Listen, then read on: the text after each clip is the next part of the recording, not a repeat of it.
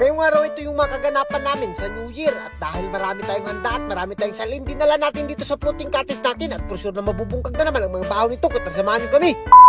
For today's video guys, dahil New Year at ito yung pinaghahandaan ng lahat, kaya naman naghanda na rin kami na IB dito. Kaunting lechon bili lang yung gagawin namin dahil napakagastos talaga kapag naglechon tayo at kami lang naman yung magsasalo-salo dito dahil alam namin ng lahat ng mga tao ngayon ay naghahanda para sa New Year. At ayan nga guys, talagang niluto namin mano-mano at alam nyo ba guys, kami ni IB lang yung nagluto niyan at napakasarap rin naman yung lechon bili at for sure na mabubungkag natin yung mabahaw nito. At siyempre meron din tayong mapampaswerte dito, mayroong mga chocolate at iba't ibang klase ng mga prutas dahil yan yung matinuuhan dito sa amin na kapag naglagay ka niyan, masasalubong mo daw ang swerte sa bagong taon. At sa puntong ito guys, pagkagaling namin ng simba ay siyempre nag-countdown na kaagad kami at pagkatapos mag-countdown na naman kami dito sa pagbungkag ng mga bahaw dito at lechon bili. Piniktusan ko pa kung crispy ba, ay naku, goods na good pa rin yung paghimo namin na IB dito ng lechon bili at tingin ko perfect na to. At ayan na nga guys, sinalubong na kaagad namin yung bagong taon at napakasaya talaga.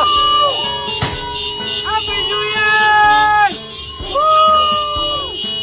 Grabe talaga namin suwagit yan guys dahil sabi ng mga matatanda kapag malakas ka daw sumuwagit ay marami daw blessings na darating sa'yo ngayong 2026. Kaya naman pinaghandaan talaga namin at hindi nahurot yung handa namin. Kaya naman sabi ko kay Ebe, magligo-ligo tayo sa floating natin. Puslan man talagang hindi nahurot yung handa natin para hindi tayo mabidlian. Dalhin natin tong karni sa dagat at pagdala namin dito nagpatarpulin na rin kami ng Welcome 2026. At ito nga pala yung first time namin na mag 2026 dito sa aming floating cottage at pinabutahan ko na nga dito yung ating floating cottage para mas maging maswerte rin to. At sa puntong ito guys, napakadaghan talaga ng salin namin kaya naman hindi kami nagmamahay. At siyempre meron din nakuha ng mga kasag dito na pinalit namin. Naku, napakasarap at napakapresko pa. Saktong-sakto talaga to pare sa lechon bili na medyo taba-taba pa. At for sure na mabubungkag na naman yung mga bahaw dito at mag-andam na naman ang lusatan itong mga kasama namin dahil napakasarap talaga at tambal to sa high blood. At as you can see naman guys, sinood na namin sa kaldero yan at tinanam-anam namin dahil babaka-paakan kami. Naku, napakadagko pa naman ang kagat ng mga alimango at mga lambay at mga kasag. Medyo mayaya yung kabut mo dyan kapag napaakan ka. At sa puntong ito guys, pagkatapos namin ibutan sa kaldero, tinimplahan ko na kaagad dito ng asin at tinakag ko na kaagad dito sa mahiwagang uling natin.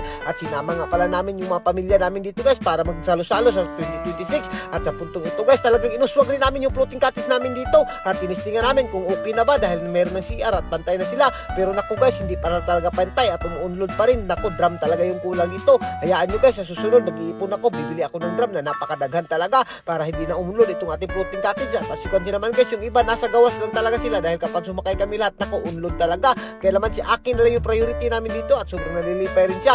Ganito gaganda dito sa floating cottage namin guys. Sayang lang hindi kami makasakay lahat. At sa puntong ito, naluto na nga yung pinaksiw natin na kasag at alimango. Kaya naman susugdan na natin itong magbungkag ng ating mga bahaw dito. At as you can see naman guys, napakadaghan talaga ng masudan namin dahil gamay lang yung nakuhaan dito sa New Year.